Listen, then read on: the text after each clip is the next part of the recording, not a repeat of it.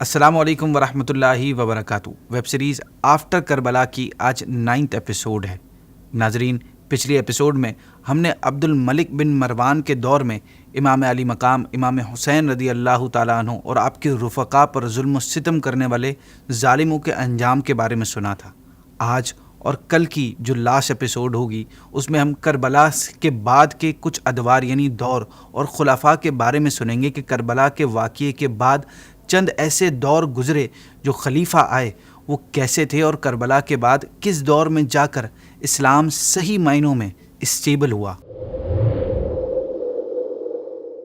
ہم نے سنا تھا کہ یزید کے بعد مروان اور مروان کے مرنے کے بعد عبد الملک بن مروان خلیفہ بنا تھا۔ عبد الملک بن مروان 60 ہجری میں پیدا ہوا تھا اور عبداللہ بن زبیر رضی اللہ تعالیٰ عنہ کی خلافت میں اپنے باپ مروان ہی کی زندگی میں ولی عہد بن گیا تھا، یعنی حاکم بن گیا تھا۔ اس کی پرسنالٹی کے کچھ اچھے پہلو بھی ہیں اور کچھ برے، بلکہ عجیب اور خطرناک بھیانک کہا جائے تو بھی مبالغہ نہیں ہوگا۔ دراصل یہ خلیفہ بننے سے پہلے اچھا انسان معروف تھا، یعنی مشہور تھا۔ اس کے بارے میں مدینے میں یہ کہا جاتا تھا کہ مدینے میں کوئی جوان عبد الملک بن مروان سے بڑھ کر چالاک فقہ یعنی دینی مسائل کا جاننے والا، عبادت گزار اور قرآنی علوم کو جاننے والا نہیں ہے۔ اس کے علم اور فقاہت کی بنیاد پر اس کے بارے میں بعض صحابہ کے تعریفی اقوال بھی ملتے ہیں، مگر اللہ پاک کی خفیہ تدبیر کو ہی نہیں جانتا۔ ناظرین، تاریخ کی کتابوں میں آتا ہے کہ جب مسلم بن عقبہ مدینے میں آیا تو وہ پہلے مسجد نبوی میں آ کر عبد الملک بن مروان کے پاس بیٹھ گیا تو عبد الملک نے اس سے کہا کہ تو بھی اس لشکر سے ہے؟ اس نے جواب دیا ہاں۔ عبد الملک نے کہا کہ تو برباد ہو جا، تو نہیں جانتا تو ایسے شخص کے خلاف ہتھیار اٹھانے کا ارادہ کر رہا ہے جو اسلام کے ظاہر ہونے کے بعد سب سے پہلے پیدا ہوا۔ یہ حضرت عبداللہ بن زبیر کے بارے میں کہہ رہا تھا کہ آپ وہ پہلے بچے تھے جن کی ولادت مدینہ ہجرت کرنے کے بعد ہوئی تھی، اور عبد الملک نے یہ بات بھی اس لیے کہی تھی کیونکہ مسلم بن عقبہ پہلے ہی بتا چکا تھا کہ مدینے کے بعد مجھے عبداللہ بن زبیر سے جنگ کرنے جانا ہے۔ اینیوے ناظرین، عبد الملک نے مزید کہا کہ وہ رسول اللہ صلی اللہ علیہ وسلم کے صحابی حضرت زبیر رضی اللہ تعالیٰ عنہ کے بیٹے ہیں۔ رسول پاک صلی اللہ علیہ وسلم نے انہیں حاکم بنایا تھا۔ اگر تو دن کے وقت ان کے پاس جائے تو انہیں روزہ دار پائے گا، اگر رات کے وقت جائے تو نماز میں مشغول دیکھے گا۔ اگر تمام لوگ اس کے قتل پر اتفاق کر لیں تو خدا ان سب کو اوندے منہ دوزخ میں ڈالے گا۔ ناظرین دیکھیں، یہ عبد الملک ہے جو حضرت عبداللہ بن زبیر کے فضائل سنا رہا ہے، لیکن یہی عبد الملک جب اپنے باپ کے مرنے کے بعد یہ خلیفہ بنا تو اسی نے اپنی خلافت کو بچانے کے لیے حجاج بن یوسف کے ذریعے آپ رضی اللہ تعالیٰ عنہ کو شہید کروایا۔ ایک یوسف نامی یہودی مسلمان ہوا تھا اور وہ پرانی آسمانی کتابوں کا علم رکھتا تھا۔ ایک دن وہ مروان کے گھر کے پاس سے گزرا اور کہنے لگا کہ امت محمدیہ کو اس گھر والوں سے بہت سختی پہنچے گی۔ یہ شخص عبد الملک بن مروان کا بڑا اچھا دوست تھا۔ ایک دن اس نے عبد الملک کے کندھوں پر ہاتھ مارا اور اس سے کہا کہ جب تو بادشاہ بن جائے گا تو امت محمدیہ کے معاملے میں خدا سے ڈر کر کام کرنا۔ عبد الملک نے کہا چھوڑو بھی، میں کہاں اور وہ بادشاہت کہاں؟ اس نے کہا میں تجھے پھر کہتا ہوں، ان کے معاملے میں خدا سے ڈرنا۔ جب یزید نے اہل مکہ پر اپنی فوج بھیجی تو عبد الملک نے کہا خدا نہ کرے کہ میں کبھی حرم پر فوج کشی کروں۔ یوسف نے اس کے کندھے پر ہاتھ رکھ کر کہا کہ گھبرا نہیں، تیرا لشکر جو وہاں جائے گا وہ اس سے بھی زیادہ سخت ہوگا۔ ناظرین، اس کے دور میں مکہ مکرمہ پر جو حملے کیے گئے، پتھر برسائے گئے، حضرت عبداللہ بن زبیر اور دیگر اہل مکہ شہید ہوئے، وہ سب اس کے دور میں اس کی خلافت میں ہوا تھا۔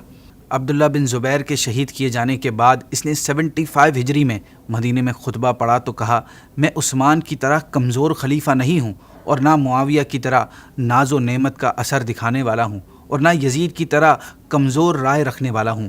مجھے تو تلوار کے علاوہ اور کوئی دوا نہیں آتی۔ میں تمہاری ہر بات برداشت کر لوں گا مگر میری مخالفت کرنا برداشت نہیں کروں گا۔ آج کے بعد تم میں سے جس شخص نے مجھے خدا سے ڈرنے کے لیے کہا میں اسے قتل کر دوں گا۔ یہ کہہ کر وہ منبر سے اتر گیا۔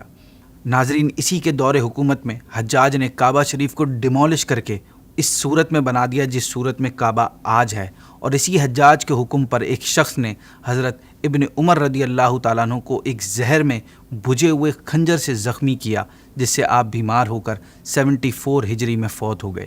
اس کے بعد حجاج نے مدینے میں جا کر رسول اللہ صلی اللہ علیہ وسلم کے صحابہ کرام کو تنگ کیا۔ یہ سب اسی کے دور میں ہو رہا تھا، لیکن اس کے دور خلافت کے کچھ اچھے کام بھی مشہور ہیں، جیسے اسی نے سب سے پہلے دینار بنوائے اور ان پر قرآن مجید کی آیات لکھوائیں۔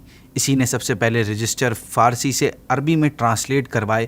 کعبے پر ریشم کا کپڑا بھی سب سے پہلے اسی نے لٹکوایا۔ لیکن کتنے ہی اچھے کام کیوں نہ ہوں، علماء کرام فرماتے ہیں اگر عبد الملک کے گناہوں میں صرف حجاج کو مسلمان اور صحابہ پر حاکم بنانا ہی ہوتا کہ جس نے ان کی توہین اور ذلت اور قتل و اذیت کا کوئی موقع نہیں چھوڑا اور بے شمار صحابہ کرام تابعین کو شہید، زخمی، اذیت پہنچائی تھی، صرف اس کا یہی جرم ہی اللہ پاک سے اس کی شدید ناراضگی اور عذاب کے لیے کافی ہے۔ یہاں تک کہ مرتے وقت اس نے اپنے بیٹے ولید بن عبد الملک کو بلوایا، اسے ولی عہد مقرر کیا، یعنی اسے حاکم بنایا اور اسے نصیحت کرتے ہوئے کہا کہ حجاج کی عزت کرنا، کیونکہ اس نے تمہیں ممبروں پر چڑھنے کے مرتبے تک پہنچایا۔ اس کو اپنے دائیں ہاتھ اور تلوار سمجھنا، وہ تجھے دشمنوں سے پناہ میں رکھے گا۔ اس کے خلاف کسی کی بات نہ سننا، اس کی محتاجی تجھے زیادہ ہے بجائے اس کو تیری محتاجی ہو۔ جب میں مر جاؤں تو لوگوں سے بیعت لے لینا اور جو شخص انکار کرے اسے قتل کر دینا۔ ناظرین، اس کی موت کے بعد اس کا بیٹا ولید بن عبد الملک بن مروان خلیفہ بنا۔ 36 سال کی عمر میں دمشق میں تخت خلافت پر بیٹھا۔ یہ چونکہ نہایت ناز و نعمت سے پلا ہوا تھا، لہٰذا یہ پڑھنے لکھنے میں بہت ہی ویک تھا۔ عبد الملک کے کفن دفن سے فارغ ہو کر اس نے جامع مسجد دمشق میں آ کر خطبہ دیا، جس میں اس نے لوگوں کو دھمکی دیتے ہوئے کہا کہ یاد رکھو، جو میری نافرمانی کرے گا اس کا سر توڑ دیا جائے گا، اور جو خاموش رہے گا وہ اپنے مرض میں خود ہی ہلاک ہو جائے گا، یعنی وہ گھٹ گھٹ کر خود ہی مر جائے گا۔ اس کے بارے میں تاریخی واقعات میں آتا ہے کہ اپنی مخالفت کرنے والوں کے لیے یہ بہت ظالم اور جابر تھا۔ عمر بن عبدالعزیز رحمۃ اللہ تعالی علیہ کہا کرتے کہ ولید نے شام کی، حجاج نے عراق کی، عثمان بن جبارہ نے حجاز کی اور قرہ بن شریک نے مصر کی زمین کو ظلم سے بھر دیا۔ لیکن اس کے دور میں بھی کچھ اچھے کام ہوئے۔ اسی کے دور میں محمد بن قاسم نے سندھ اور ہند کی طرف فتوحات حاصل کی۔ ولید نے اپنے چچا زاد بھائی عمر بن عبدالعزیز کو مدینہ منورہ کا عامل و حاکم مقرر کیا۔ اس نے جامع مسجد دمشق کی توسیع و تعمیر کی، اور اسی کے دور میں عمر بن عبدالعزیز رحمۃ اللہ تعالی علیہ کے انڈر میں مدینہ منورہ میں مسجد نبوی کو نئے سرے سے تعمیر کرایا گیا، اور ازواج مطہرات کے جو رومز تھے ان کو بھی مسجد میں شامل کر کے اس کو مزید وسیع کیا گیا۔ ولید نے لوگوں کی ویل بینگ کے لیے بہت اچھے کام کیے، سڑکیں نکلوائیں، شہروں اور قصبوں میں مدرسے بنوائے، مسافر خانے بنوائے، کنویں کھدوائے، کلینکس کھلوائے، راستوں کی سیفٹی اور مسافروں کی حفاظت کے ارینجمنٹ کیا۔ مدینہ منورہ میں پانی کی کمی تھی، وہاں ایک نہر لا کر اہل مدینہ کی اس تکلیف کو دور کیا، محتاج خانے قائم کیے، رعایا کی تکلیف دور کرنے اور لوگوں کو راحت پہنچانے کا اس کو بہت خیال تھا۔ اس کے عہد حکومت میں ہر طرف فتوحات کا سلسلہ برابر جاری رہا، اور کوئی اندرونی بغاوت اور فتنہ فساد جو قابل تذکرہ ہو نہیں ہوا۔ ولید نے فقراء اور علماء کے وظیفے اتنے زیادہ مقرر کیے کہ وہ سب خوشحال رہنے لگے۔ اس کی موت کے بعد سلیمان بن عبد الملک خلیفہ بنا۔ اسے اس کے باپ عبد الملک نے ہی ولید کے بعد ولی عہد مقرر کیا تھا، یعنی حاکم مقرر کر دیا تھا۔ سلیمان اپنے بھائی ولید سے عمر میں 4 سال چھوٹا تھا۔ ولید کی وفات کے بعد اس کے ہاتھ پر جمادی الثانی سن 96 ہجری میں بیعت خلافت ہوئی۔ سلیمان عدل و انصاف اور جہاد کا شوقین تھا۔ اس کی خوبیوں کے بارے میں اتنا ہی کہنا کافی ہے کہ اس نے حضرت عمر بن عبدالعزیز رحمۃ اللہ تعالی علیہ کو اپنا وزیر اور اپنا مشیر بنایا ہوا تھا، اور انہی کے مشوروں پر چلتا تھا۔ یہی وجہ تھی کہ اس کے اخلاق و عادات میں اچھی خوبیاں پیدا ہو گئی تھی۔ حجاج کے عاملوں کو اس نے معزول کر دیا تھا، اور عراق کے قید خانوں میں جتنے شخص بھی قید تھے انہیں رہا کر دیا تھا۔ عہد بنو امیہ میں ایک بری رسم جاری ہو گئی تھی کہ وہ کامنلی نماز لیٹ کر کے آخر وقت میں پڑھتے تھے۔ سلیمان عبد الملک نے اس رسم کو مٹا کر نماز اول وقت میں پڑھوانے کی ترکیب شروع کی۔ گانوں وغیرہ سے اس کو سخت نفرت تھی، چنانچہ اس نے گانے بجانے پر پابندی لگا دی تھی۔ اس کی خوراک بہت زیادہ تھی۔ ایک مرتبہ یہ 70 انار، بہت سی کشمش، 6 مہینے کی عمر کا ایک بکرا اور 6 مرغ کھا گیا، اور یہ بہت خوبصورت اور ہینڈسم شخص تھا۔ اس نے ایک دن آئینہ دیکھا تو اپنی جوانی اور حسن و جمال کو دیکھ کر بہت خوش ہوا، کہنے لگا نبی کریم صلی اللہ علیہ وسلم نبی تھے، اور ابو بکر صدیق، عمر فاروق اور عثمان حیادار تھے، اور معاویہ حلیم یعنی بردبار تھے، اور عبد الملک سیاست کرنے والا تھا، اور ولید ظالم تھا، اور میں جوان بادشاہ ہوں۔ اس بات کو ابھی 1 مہینہ ہی نہیں گزرا تھا کہ یہ مر گیا۔ اس کی وفات جمعے کے دن 10 صفر 99 ہجری میں ہوئی۔ ناظرین، اس کی زندگی کا ایک بہت اچھا کام یہ تھا کہ اس نے اپنے بعد حضرت عمر بن عبدالعزیز رحمۃ اللہ تعالی علیہ کو خلافت کے لیے نامینیٹ کر دیا تھا، جس کی وجہ سے اسلامی تاریخ کا ایک یادگار دور اور ایک سنہرا دور شروع ہوا۔